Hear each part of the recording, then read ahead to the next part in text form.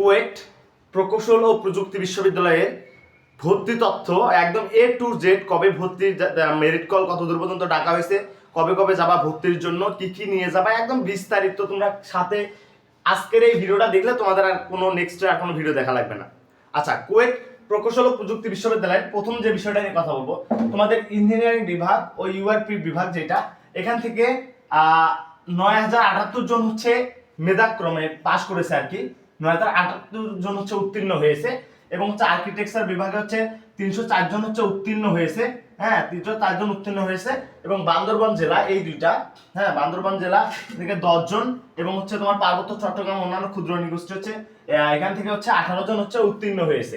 আচ্ছা, এগুলো হচ্ছে উত্তীর্ণ হয়েছে। এখন যদি মেরিট লিস্টটা নিয়ে কথা বলি, যে তোমাদের প্রথম ভর্তির কল কিন্তু করা হয়েছে, এবং কত তারিখে যাবা, কি কি নিয়ে যাবা, একদম বিস্তারিত কথা বলতেছি। দেখো, তোমরা হচ্ছে 1 তারিখ, অর্থাৎ হচ্ছে 1 তারিখ থেকে 6 তারিখ এর মধ্যে তোমাদের অবশ্যই অনলাইনের যে ফর্মটা আছে এটা পূরণ করতে হবে, মাস্ট বি তোমাকে পূরণ করতে হবে, এবং হচ্ছে সাবজেক্ট চয়েস দিতে হবে। অবশ্যই 1 থেকে 6 তারিখের মধ্যে তোমাকে অনলাইন ফর্মটা পূরণ করতে হবে এবং সাবজেক্ট চয়েসটা দিতে হবে।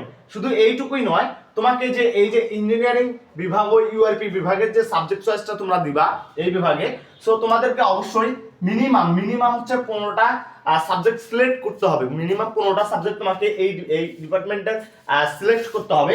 আচ্ছা, এরপর যেটা বলবো, তোমাদের 8 তারিখ, অর্থাৎ হচ্ছে 8 তারিখ সকাল, রবিবার, মেবি 8 তারিখ হচ্ছে রবিবার, এই যে সকাল 9টা 30 থেকে বিকাল 3টা 30 এর মধ্যে অবশ্যই এই 8 তারিখের মধ্যে তোমাকে অবশ্যই এই 8 তারিখের মধ্যে তোমাকে নিজে সশরীরে সেখানে উপস্থিত থাকতে হবে।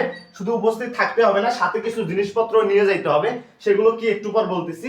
অবশ্যই দেখো, ইঞ্জিনিয়ারিং বিভাগ এবং ইউআরপি বিভাগের অবশ্যই 1020 পর্যন্ত যাদের র্যাঙ্ক হচ্ছে 1020 পর্যন্ত, তাদেরকে ডাকা হয়েছে। এটা ফার্স্ট মেরিট কল, তোমরা অবশ্যই যাবা। এবং হচ্ছে আর্কিটেকচারে দেখো 40 জন, র্যাঙ্ক হচ্ছে 40 পর্যন্ত যারা আছো তারা অবশ্যই যাবা।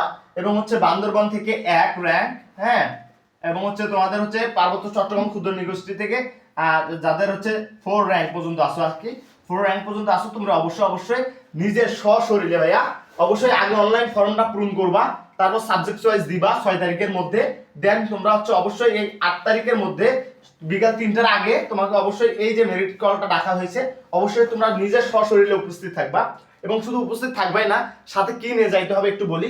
তোমাকে অবশ্যই এইচএসসির যে রেজিস্ট্রেশন কার্ডটা আছে এটা তোমাকে নিয়ে যাইতে হবে, এবং এসএসসি এবং এইচএসসির যে মূল সনদপত্রটা আছে এই সনদপত্র তোমাকে নিয়ে যাইতে হবে, এবং এইচএসসির যে মূল মার্কশিটটা এই মূল মার্কশিটটা নিয়ে যাইতে হবে, এবং প্রশংসাপত্র, অর্থাৎ এসএসসি এবং এইচএসসির যে প্রশংসাপত্রটা আছে, এসএসসি এবং এইচএসসির যে প্রশংসাপত্র, এই দুইটা অবশ্যই তোমাকে সাথে করে নিয়ে যাইতে হবে, প্রশংসাপত্রটা, হ্যাঁ।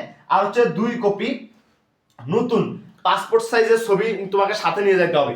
অবশ্যই সেটা 3 মাসের বেশি হবে না, মানে তোমাকে 3 মাসের মধ্যে তোলা সদ্য 2 কপি ছবি তোমাকে সাথে নিয়ে যেতে হবে পাসপোর্ট সাইজের। এবং তোমাকে অবশ্যই প্রবেশপত্র নিয়ে যেতে হবে, প্রবেশপত্র, তুমি যে পরীক্ষার সময় পরীক্ষা দিচ্ছ তার প্রবেশপত্রটা তোমাকে অবশ্যই নিয়ে যেতে হবে। এবং হচ্ছে তুমি অনলাইনে যে ফর্ম পূরণ করলা, এই যে 1 থেকে 6 তারিখের মধ্যে যে অনলাইন ফর্মটা পূরণ করলা সাবজেক্ট চয়েস লিস্টের, এই অনলাইন ফর্মটা তোমাকে মাস্ট বি তোমাকে সাথে করে নিয়ে যেতে হবে। অবশ্যই 8 তারিখ সকাল 9টা 30 থেকে বিকাল 3টার আগে তোমাকে অবশ্যই নিয়ে যাইতে হবে। আচ্ছা, এই ছিল তোমাদের আজকে খুলনা প্রকৌশল ও প্রযুক্তি বিশ্ববিদ্যালয় নিয়ে আপডেট। আশা করি এর বাইরে নতুন কোনো এখন আপডেট নাই। সো বিস্তারিত যে কোনো আপডেট তথ্য সবার আগে পাওয়ার জন্য আমাদের ইউটিউব চ্যানেলটা সাবস্ক্রাইব করে রাখো, যাতে পরবর্তীতে যে কোনো আপডেট তথ্য আসার সাথে সাথে তুমি পেয়ে যাও, তোমার আর পরবর্তীতে ভিডিও খুঁজতে না হয়। এই একটা ভিডিও যথেষ্ট তোমার জন্য। শেয়ার দিয়ে রাখো, মেনশন করো, এবং কোনো কিছু জানার থাকলে কমেন্ট করো ভাইয়া, আমি তোমার প্রত্যেকটা কমেন্টের কিন্তু রিপ্লাই দিব।